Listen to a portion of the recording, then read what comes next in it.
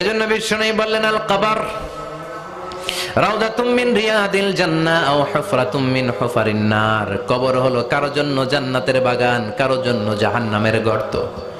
আমরা বলি আল্লাহ আমাদের কবরটারে জান্নাতের বাগান বানাও, আরো জোরে পড়েন আমিন। আবার বিশ্বনবী বললেন ইন্নাল কবরা আউয়াল মানজিল মিন মানাজিলিল আখিরাহ। কবর হলো আখিরাতের মঞ্জিলগুলোর প্রথম মঞ্জিল। আখিরাতে একটার পরে একটা অনেকগুলো স্টেশন আপনাকে পার হতে হবে। প্রথম স্টেশনটার নাম হলো কবর। প্রথম স্টেশনের নাম কি? এই কবর নামক স্টেশনে যদি আপনি মাফ পেয়ে যান, সামনের সব স্টেশনগুলোতে মাফের ব্যবস্থা করবে কে? আল্লাহ। আর কবর নামক স্টেশনে যদি ধরা খেয়ে যান, আপনার মায়ের আছে না নাই? লাশটাকে যখন রাখা হয়, লাশটা চিনে কে আমারে রাখলো, কে আমাকে ধৌত করলো, কে আমারে কাফন পড়ালো। এজন্য কবরের আযাব থেকে বিশ্বনবী পানাহ চেয়েছেন। বিশ্বনবী বলেছেন আল্লাহুম্মা ইন্না নাউযু বিকা মিন আযাবিল কবর। ও আল্লাহ, কবরের আযাব থেকে তুমি আমাদেরকে বাঁচাও। পড়েন আমিন।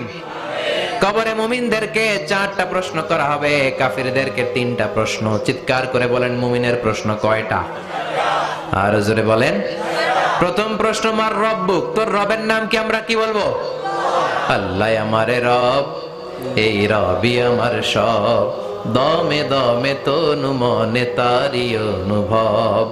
আল্লাহ আমারে রব, এই রবি আমার সব। পড়েন আমিন। দ্বিতীয় প্রশ্ন আমার দিন, উত্তর দিনের নাম কি, ধর্মের নাম কি? তৃতীয় প্রশ্ন আমান হাযার রাজুল, এই লোকটাকে কে? আমরা বলবো মুহাম্মদ সাল্লাল্লাহু।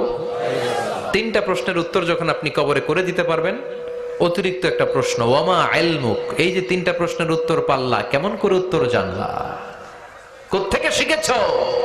নকল করে আনছো কাফনের কাপড়ে? পরীক্ষার হলে নকল আছে না নাই? হাতে নকল আছে না? পায়ে নকল, মোজার ভিতরে নকল আছে না নাই? মোবাইলে নকল আছে না নাই? নকল থেকে আল্লাহ তুমি বাঁচাও। আরো আস্তে কোন আমিন। কিভাবে জানলা? কেমন করে 3টা প্রশ্নের উত্তর শিখলা? What is the source of your knowledge? তথ্যসূত্র কি? আপনাকে বলতে হবে আমি যেই কিতাবটা থেকে শিখেছি কিতাবটার নাম কি? চিল্লায় বলেন কি নাম? আসে আর চলে যায়। প্রতিদিন মাইকে অ্যানাউন্স শুনি অমুক এলাকার অমুক লোক নাই। দাদা গেল, বাবা গেল, বড় ভাই গেল, আত্মীয় স্বজন গেল, আমাকেও যেতে হবে, এই চিন্তা মাথায় নাই। চিল্লায় এখন ঠিক কিনা? এজন্য লাইফটা হলো one time, one chance. Second কোনো চান্স আপনাকে দেয়া হবে নাকি? কাফেররা বলবে ইয়া রাব্বি, আরেকটা সুযোগ দেন। লাউ আন্না লানা কাররা, ইয়ানি মাররা, আল্লাহ আরেকটা সুযোগ যদি পেতাম দুনিয়াতে ভালো করে আসতাম। আল্লাহ বলবেন ইন্নাহা কালিমাতুন কাইলুহা, এটা শুধু তাদের মুখের কথা, তাদেরকে আবার সুযোগ দিলেও তারা কিচ্ছু করবে না। চিল্লায় এখন ঠিক কিনা? এজন্য একটা চান্স আমরা পেয়েছি, এই দুনিয়ার ওয়ান চান্সে আমরা ভয় পাবো একজনকে। চিল্লায় বলেন তিনি কে? আল্লাহ। এজন্য যেতে আমাদেরকে হবে। এই মরণ থেকে পালানোর কোনো সুযোগ কেউ পালাতে পারে নাই। এই মরণ হলো আখিরাতের প্রবেশদ্বার।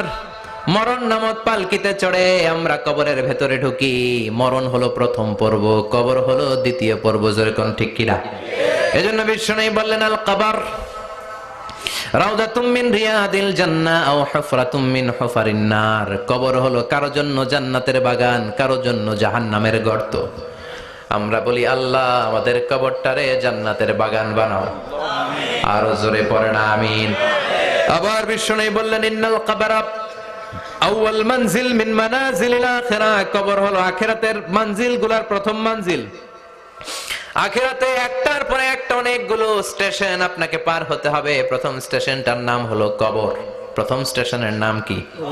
এই কবর নামক স্টেশনে যদি আপনি মাফ পেয়ে যান, সামনের সব স্টেশনগুলোতে মাফের ব্যবস্থা করবে কে? আল্লাহ। আর কবর নামক স্টেশনে যদি ধরা খেয়ে যান, আপনার মায়ের আছে না নাই? লাশটাকে যখন রাখা হয়, লাশটা চিনে কে আমারে রাখলো, কে আমাকে ধৌত করলো, কে আমারে কাফন পড়ালো। এজন্য বিষ্ণুই বলেছেন মুমূর্ষের সামনে বসে বসে পড়ো লা ইলাহা ইল্লাল্লাহু মুহাম্মাদুর রাসূলুল্লাহ। লাকিনু মাউতাকুম লা ইলাহা ইল্লাল্লাহ। মুমূর্ষের সামনে দাঁড়িয়ে দাঁড়িয়ে পড়ো লা ইলাহা ইল্লাল্লাহ। এই লা ইলাহা হচ্ছে জীবিতদের জন্য কালিমা, আর আমরা মরার পরে এই জিকির করি, ঠিক কি না? আমাদের দেশের অনেক জায়গায় লাশ নিয়ে কবরে যাওয়ার সময় লা ইলাহা পড়ে না। না, এটা আগের জিকির, মরার আগের জিকির। মরার আগে আপনাকে অ্যানাউন্সমেন্ট দিতে হবে আল্লাহ ছাড়া কোনো ইলাহ নাই, বিশ্বনবী হচ্ছেন শেষ নবী এবং রাসূল। চিল্লায় বলেন ঠিক কি না? লাশটাকে যখন রেখে দেয়া হয়, বিশ্বনবী যত মানুষকে কবরে রেখেছেন তারপরে দাঁড়িয়েছেন আর বলেছেন ইস্তাগফিরু লিআখিকুম, তোমার ভাইদের জন্য তোমরা দোয়া করো, ফাইন্নাহুল আনা ইউসআল, এখনই তাকে কবরে সওয়াল করা হবে। কবরে প্রশ্ন আছে না নাই? কথা বলেন। বিশ্বনবী খাদিজাতুল কুবরা, ওনার প্রথম স্ত্রী খাদিজাতুল কুবরা তাহেরাকে কবরের মধ্যে রেখে দিয়ে কাঁদতে শুরু করলেন, চোখের পানি ছেড়ে অনেক দোয়া করলেন। দোয়া শেষে সব সাহাবারা ঘরে ফিরে যায়, বিশ্বনবী যায় না। সাইয়েদনা আবু বকর বললেন, ও নবী চলেন ঘরে যাই। অনেক তো দোয়া করলেন, বিশ্বনবী বললেন, আবু বকর তুমি যাও, আমি যাব না। এইটা সাধারণ মহিলা না, এটা বিপদের দিনের সঙ্গিনী খাদিজা। মক্কায় যখন আমার কেউ ছিল না, খাদিজা আমারে ভুলে নাই। 3 বছর কাফিররা আমাকে জেলখানায় বন্দি রেখেছে, নাম শিয়াবে আবি তালেবের জেলখানা। আমার স্ত্রী ওই জেলখানার জীবনেও আমারে ছাড়ে নাই, আমার সাথে 3 বছর খাদিজাও জেল খেটেছে। এই একটাই মহিলা, যেই মহিলাকে আল্লাহ আরশের উপর থেকে সালাম দিয়েছে, মহিলাটার নাম খাদিজা। আল্লাহু আকবার। আমার সব সন্তান আল্লাহ খাদিজার পেট থেকে দিয়েছে। ফাতিমাতুজ জোহরা খাদিজার মেয়ে, জাইনাব খাদিজার মেয়ে, উম্মে কুলসুম খাদিজার মেয়ে, রুকাইয়া খাদিজার মেয়ে, আবুল কাসেম বিশ্বনবীর ছেলে খাদিজার ছেলে, আব্দুল্লাহ যাকে তাইয়্যিব এবং তাহের নামে আমরা চিনি, সেও খাদিজার ছেলে। সুবহানাল্লাহ। ও আবু বকর, আমার এই কলিজার টুকরা প্রিয়তমা খাদিজারে রেখে দিয়ে কেমনে বাসায় যায়? তুমি যাও, আমি দাঁড়িয়ে থাকবো। এখনই মুনকার নাকির এসে খাদিজারে প্রশ্ন করবে, আমি দেখবো খাদিজা উত্তর দিতে পারে কিনা। আর প্রশ্নের উত্তর যদি ভুল করে ফেলে, কবরের উপর থেকে আমি নিজে প্রশ্নের উত্তর দিয়ে দেব। সাইয়েদনা জিবরাইল বললেন, নবী আপনারা দাঁড়িয়ে থাকার দরকার নাই, আবু বকরের সাথে ঘরে চলে যান। আল্লাহ জানিয়ে দিয়েছে, খাদিজার কবরের প্রশ্নে যদি কোনো সমস্যা হয়, আরশের উপর থেকে খাদিজার প্রশ্নের জবাব আল্লাহ নিজে দিয়ে দিবে। এজন্য কবরের আযাব থেকে বিশ্বনবী পানাহ চেয়েছেন। বিশ্বনবী বলেছেন, আল্লাহুম্মা ইন্না নাউযু বিকা মিন আযাবিল কবর। ও আল্লাহ, কবরের আযাব থেকে তুমি আমাদেরকে বাঁচাও। পড়েন আমিন। কবরে মুমিনদেরকে 4টা প্রশ্ন করা হবে, কাফিরদেরকে 3টা প্রশ্ন। চিৎকার করে বলেন, মুমিনের প্রশ্ন কয়টা? আর জোরে বলেন। প্রথম প্রশ্ন, মার রব্বুক, তোর রবের নাম কি? আমরা কি বলবো? আল্লাহ আমারে রব, এই রবি আমার সব, দমে দমে তনু মনে তারি অনুভব। আল্লাহ আমারে রব, এই রবি আমার সব। পড়েন আমিন। দ্বিতীয় প্রশ্ন, আমার দিন, উত্তর দিনের নাম কি? ধর্মের নাম কি? তৃতীয় প্রশ্ন, আমান হাযার রাজুল, এই লোকটাকে কে? আমরা বলবো মুহাম্মদ সাল্লাল্লাহু। 3টা প্রশ্নের উত্তর যখন আপনি কবরে করে দিতে পারবেন, অতিরিক্ত একটা প্রশ্ন, ওয়ামা ইলমুক, এই যে 3টা প্রশ্নের উত্তর পাল্লা, কেমন করে উত্তর জানলা? কোত্থেকে শিখেছো? নকল করে আনছো কাফনের কাপড়ে? পরীক্ষার হলে নকল আছে না নাই? হাতে নকল আছে না? পায়ে নকল, মোজার ভিতরে নকল আছে না নাই? মোবাইলে নকল আছে না নাই? নকল থেকে আল্লাহ তুমি বাঁচাও। আরো আসতে কোন আমিন। কিভাবে জানলা? কেমন করে 3টা প্রশ্নের উত্তর শিখলা? What is the source of your knowledge? তথ্যসূত্র কি? আপনাকে বলতে হবে, আমি যেই কিতাবটা থেকে শিখেছি, কিতাবটার নাম কি? চিল্লায় বলেন, কি নাম? এই কিতাবটা হলো কোরআন।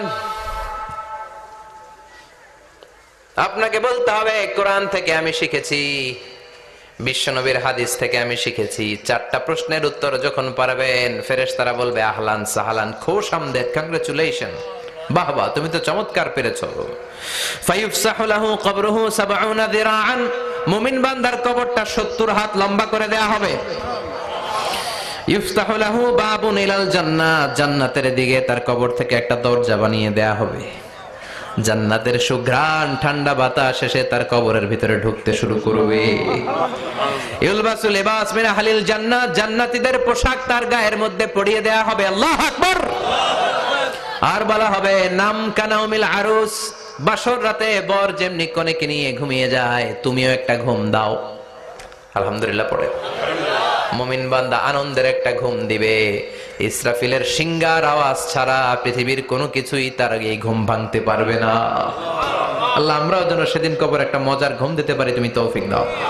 জোরে পারেন আমিন।